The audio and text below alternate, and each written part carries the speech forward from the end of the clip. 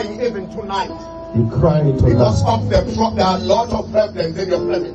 Problems in your family making you cry. Just give him a man.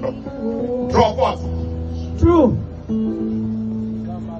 But today, I hear the Lord is saying, God is saying, the Egyptian that you see today, Egyptians, you will see no more. You will see no more. You are about to rejoice.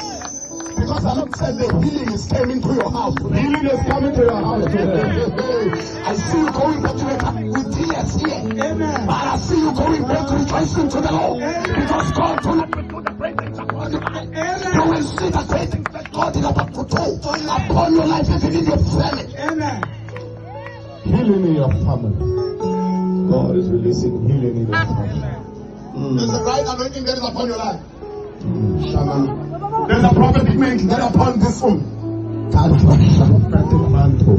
I see the pain, I see the pain, I see the pain stop. Come. The great anointing that is upon your life.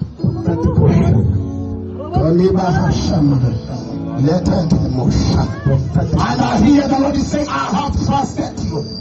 For my will, for my will. Trusted you for his will. The Lord has trusted you for his will.